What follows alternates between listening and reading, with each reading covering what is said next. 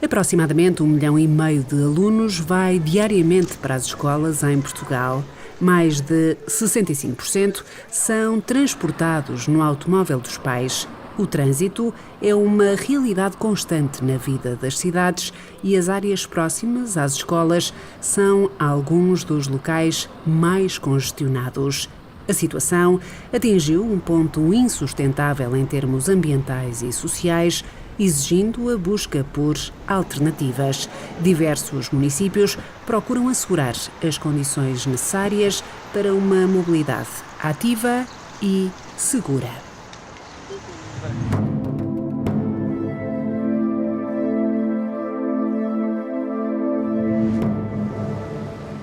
Em 2022 existiam 7 milhões de automóveis ligeiros registados com seguro, o que significa praticamente um automóvel para cada português maior de idade. Os dados mais recentes indicam que quase 60% dos carros estão registados em 5 cidades portuguesas. Eu, em primeiro lugar, não dizia que é um hábito que ainda temos. Eu diria que é um hábito que ainda está a crescer, que é diferente, que é contrário às tendências que nós vemos por outros países europeus. Portanto, ainda primeiro temos que contrariar o seu crescimento antes de podermos começar a pensar no seu decrescimento. Todo o espaço entre edifícios era, em primeiro lugar, pensado para o automóvel. E só depois, o que sobrava, se sobrasse, é que era para outros modos, nomeadamente para andar a pé. É por isso que temos muitas ruas, que são estradas autênticas, que têm bermas, que nem sequer têm passeios.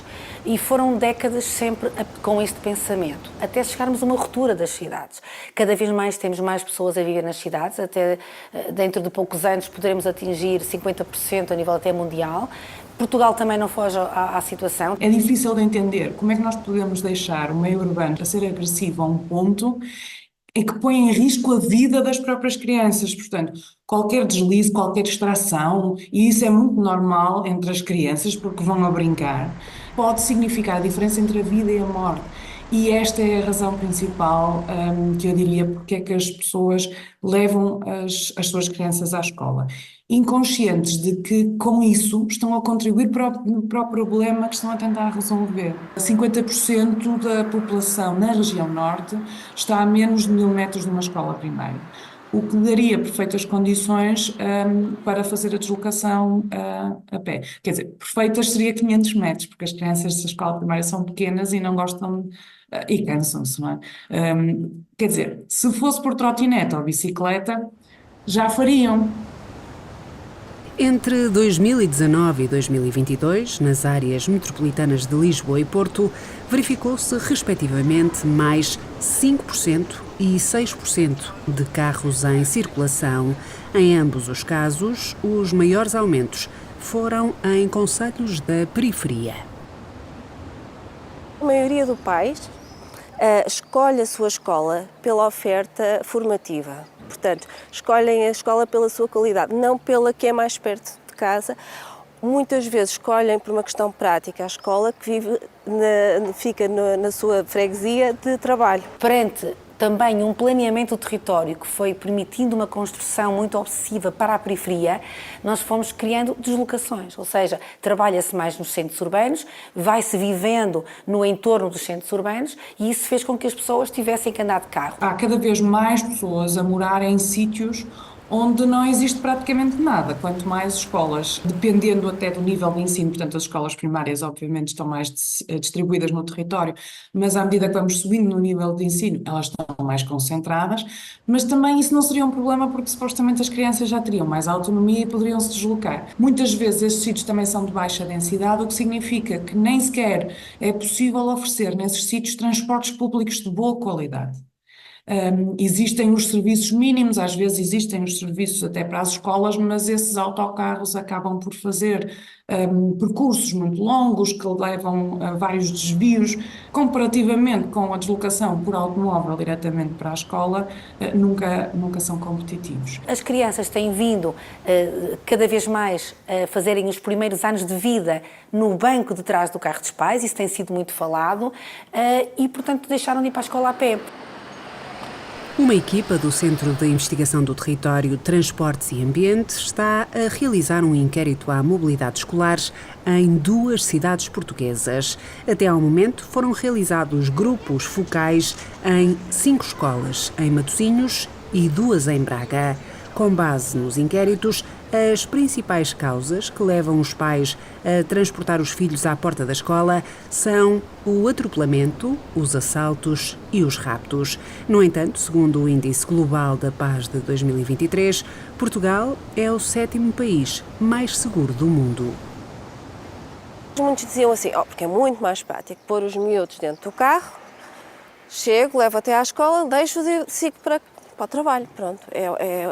Outra mãe dizia, nem pensar, eu tenho medo que ela me passe a passadeira e seja atropelado. Porquê que isto acontece? Há uma coisa em Portugal que não acontece na maior parte dos países. A sociedade aceita, pode não concordar, mas aceita que se estacione em cima do passeio para largar a criança. Isso é completamente errado.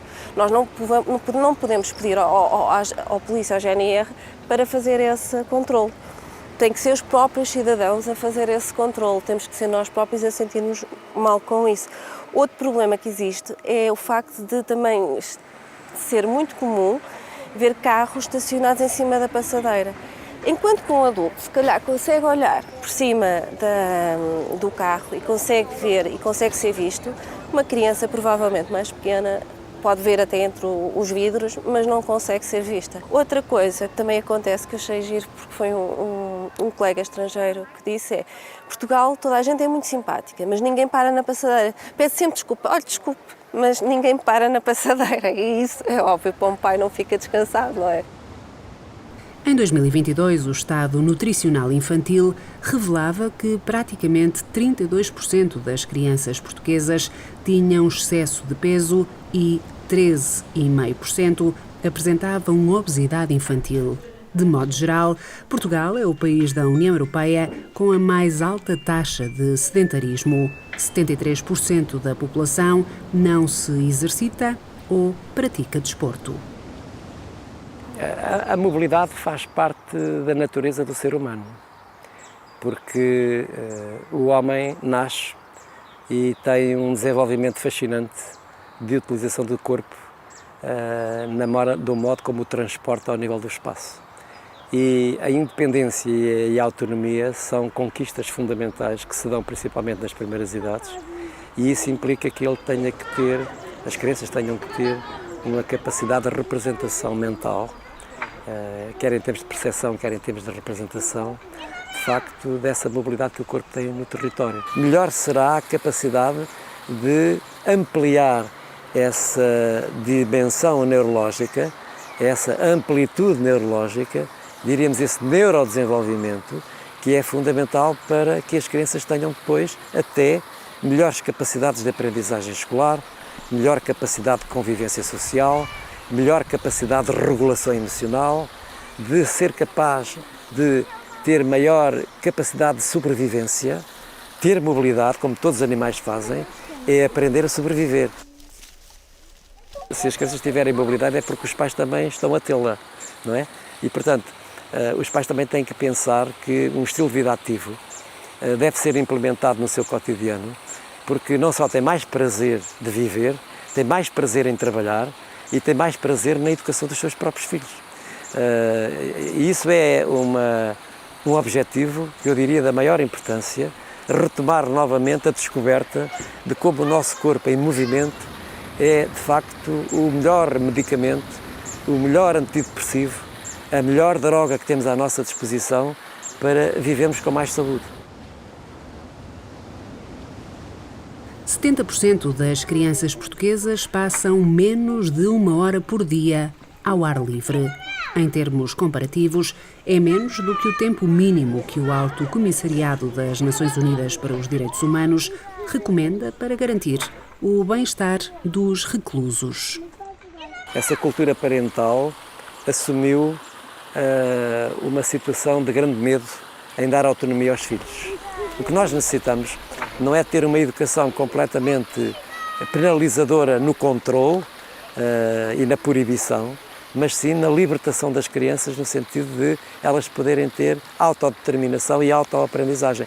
porque elas têm todos os mecanismos internos para se poderem apropriar do espaço físico da ação, quer em casa, quer na escola, quer na rua.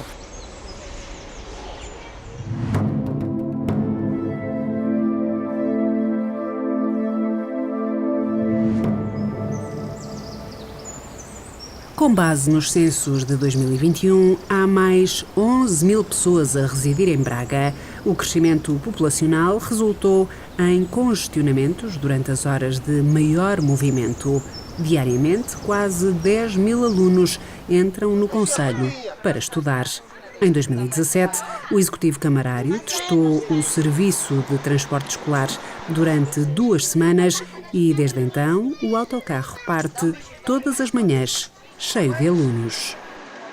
Propusemos-nos transportar as crianças e jovens para o seu estabelecimento escolar, parando à porta do estabelecimento escolar e evitando assim que os pais se deslocassem para trazer os seus filhos nos horários da manhã. Abrange 8 escolas no centro da cidade, com paragem em 4 interfaces nas principais entradas, evitando que muitos carros se dirijam ao centro da cidade desnecessariamente, uma vez que, através de uns inquéritos que lançamos, percebemos que a maior parte dessas deslocações, desses encarregados de educação, não tinham o centro da cidade como destino.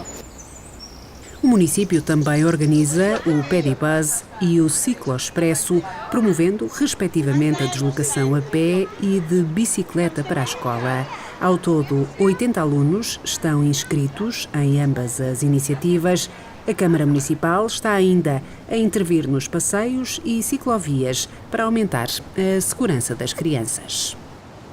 Não obstante todas as ações de sensibilização que todos os anos fazemos diretamente no ambiente escolar, há ainda alguns pais que têm algum receio, que não têm a certeza se podem entregar os seus filhos, mas os miúdos vêm sempre acompanhados de monitores adultos e, portanto, ficam à porta da escola, não há nenhum problema, nem nenhum receio a cautelar a esse nível. Vêm muito bem dispostas, porque é muito mais agradável vir para a escola acompanhado dos colegas a conviver, a cantar, a conversar, do que vir dentro do carro, muitas vezes ouvir o rádio e os pais vêm já a pensar como é que vai ser o seu dia de trabalho e, portanto, não interagem tanto com a criança e, portanto, a experiência que temos e o feedback que temos de todos os que participam neste programa, no School Bus, como noutros programas que também temos, é que é muito mais divertido vir no autocarro e vir com os amigos do que vir com os pais. Lamento.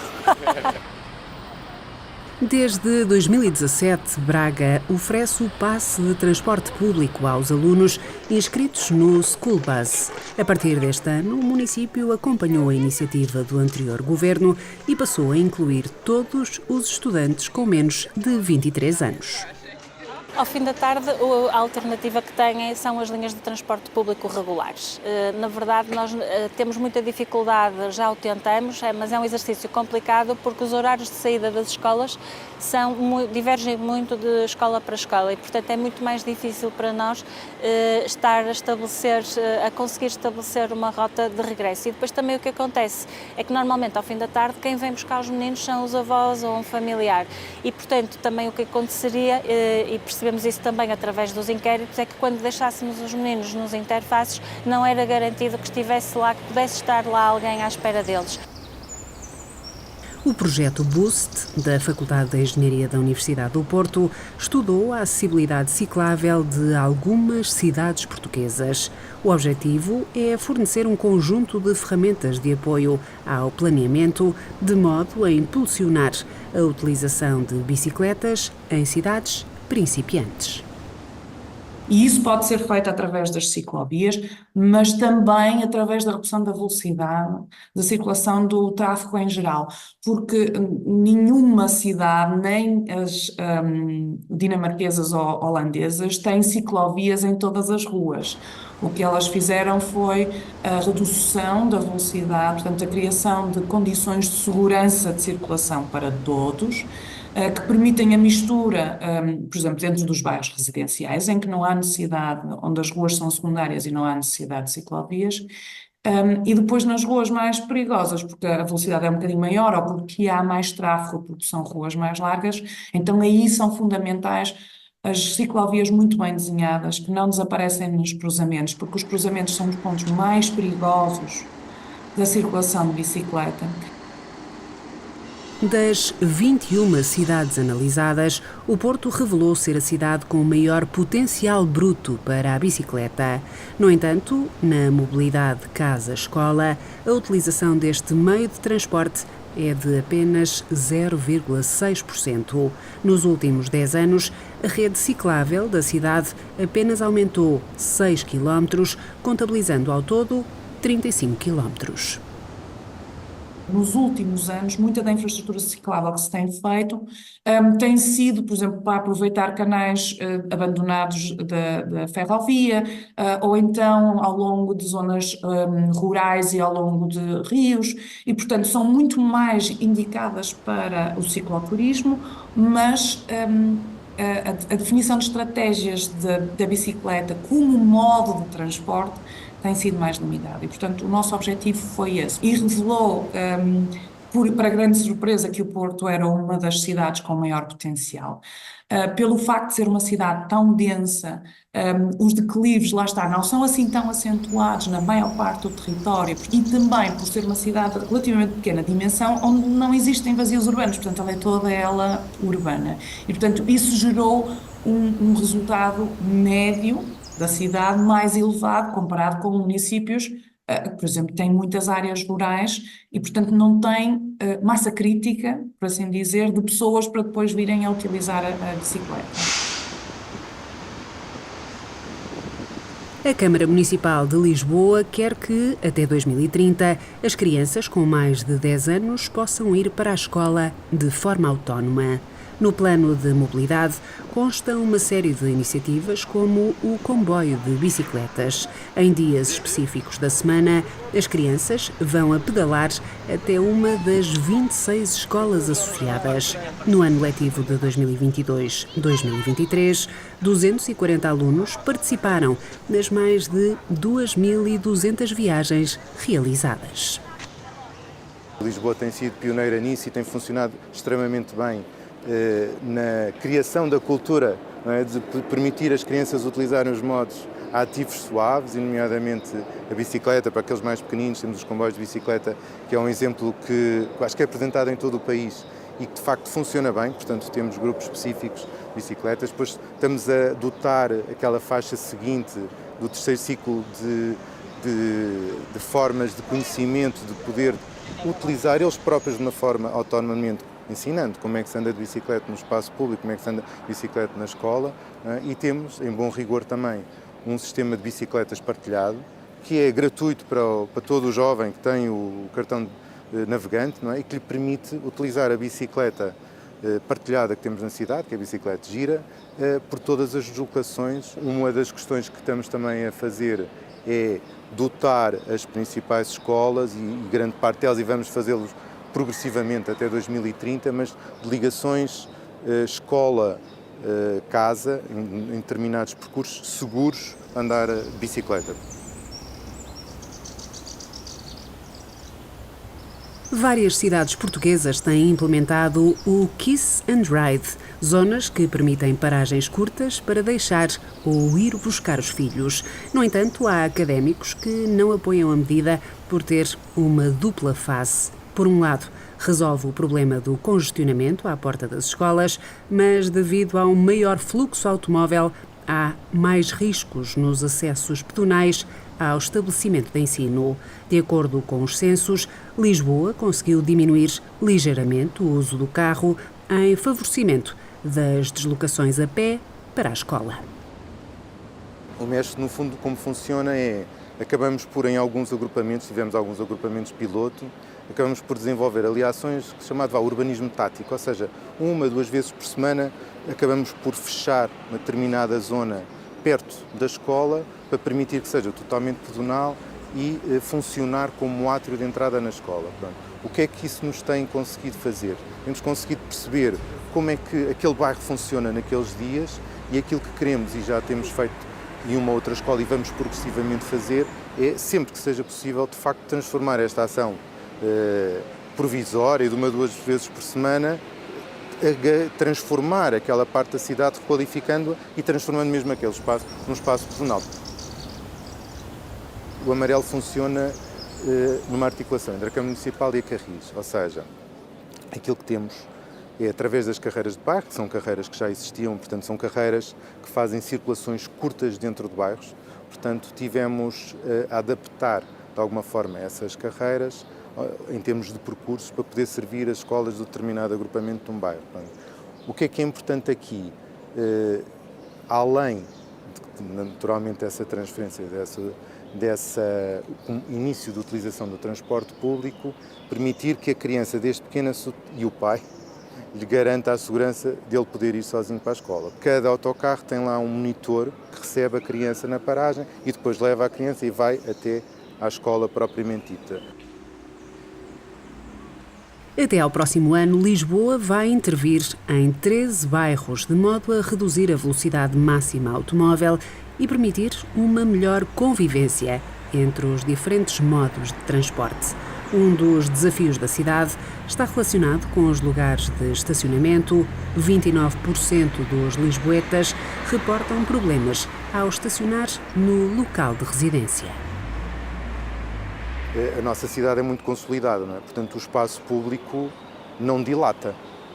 Ou seja, o afastamento que temos e a distância que temos entre fachadas, onde temos neste momento uma área pedonal, uma área de estacionamento e uma área viária, não aumenta porque as fachadas não se afastam. Portanto, tem que haver aqui opções e dotar a cidade daquilo que fizemos aqui. Portanto, nós estamos na Praça das Amoreiras, o Jardim das Amoreiras, em que no sítio onde estamos agora, que está totalmente pedonal, isto era uma via. Pronto. Isto era uma via, esta praça tinha uma grande circulação e conseguimos de uma forma estruturada, não é? De conseguir retirar a circulação deste sítio, dotar, estão sempre aqui pessoas a passar e bem, não é? E garantir e utilizar este espaço e garantir que a circulação seja feita e garantir que todas as casas e os residentes que aqui vivem tenham acesso também ao nível de estacionamento, tenham acesso ao nível viário, mas dotar a cidade destas infraestruturas que são fundamentais. Estamos com muita pressão a tentar incutir nas autarquias, porque são as autarquias que gerem o espaço público,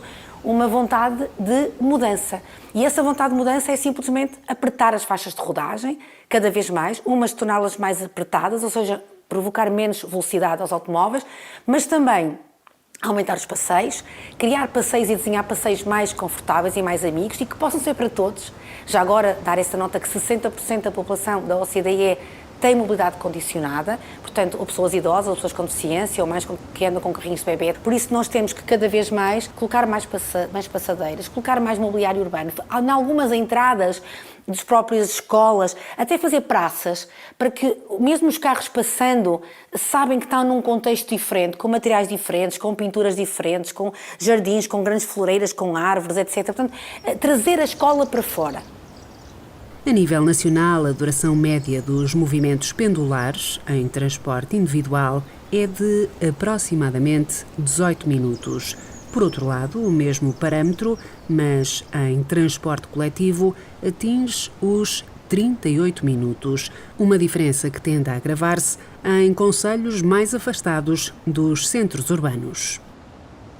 Nós temos que ter frequência, ou seja, temos que ter várias ofertas durante o dia e às horas certas. E hoje, de preferência, que no nosso smartphone a gente saiba a que horas é que vai apanhar o autocarro, quando é que passa aqui o transporte público na nossa paragem em frente à casa.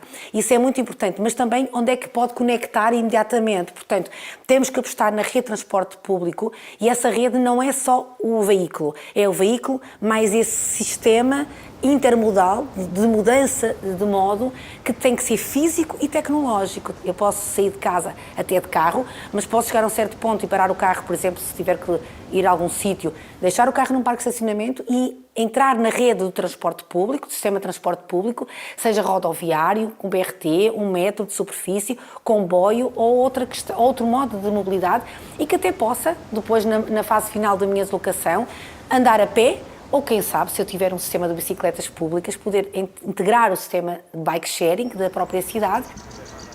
O percurso de casa para a escola, de forma autónoma, pode ser visto como uma oportunidade de desenvolvimento. Por um lado, as crianças aprendem a deslocar-se na rua, a gerir riscos e a procurar soluções. Por outro, têm um momento de socialização, brincadeira ou introspeção. A cidadania também pode ser construída em períodos lúdicos. Quando introduzimos a reciclagem, a mudança foi muito rápida. Porquê? Porque houve aqui, por um lado, houve as informações todas nas televisões, é preciso a propaganda. Essa propaganda é necessária, o Governo tem um papel a fazer aí. É necessário o papel das escolas e, naturalmente, as crianças vão fazendo este controle, porque elas, no fundo, até deveriam ser as embaixadoras, deveriam ou podem ser, não é? As embaixadoras desta mudança. Porque se formos falar com as crianças, a maior parte, eu gostava de ir de bicicleta, eu gostava de ir sozinha a pé. A maior parte até tem essa vontade.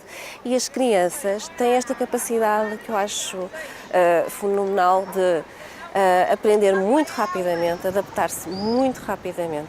E é muito importante criar para o futuro delas, como cidadãos, esta relação com a cidade. Temos alguma dificuldade de perceber que o processo que está a ser implementado não é um processo de combate do automóvel, mas é um processo de redistribuição de soluções, de termos mais soluções à nossa disposição. E a mobilidade deve estar na base da mudança societal, não tem qualquer dúvida.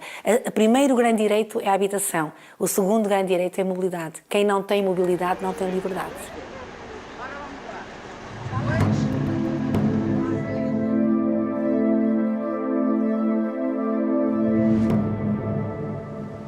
No ano passado, os carros na União Europeia emitiram 450 milhões de quilotoneladas de dióxido de carbono. Em Portugal, o objetivo até 2030 passa por diminuir as emissões do setor dos transportes em 40%. A mobilidade escolar suave contribui para este objetivo, além de promover um estilo de vida saudável. A sociedade está em constante evolução, mas neste caso é importante olhar para trás e restabelecer a autonomia das crianças. No próximo ano letivo, permita que o seu filho vá sozinho para a escola. Saiba mais sobre mobilidade escolar sustentável no podcast Biosfera. Até ao próximo episódio. Seja bioativo.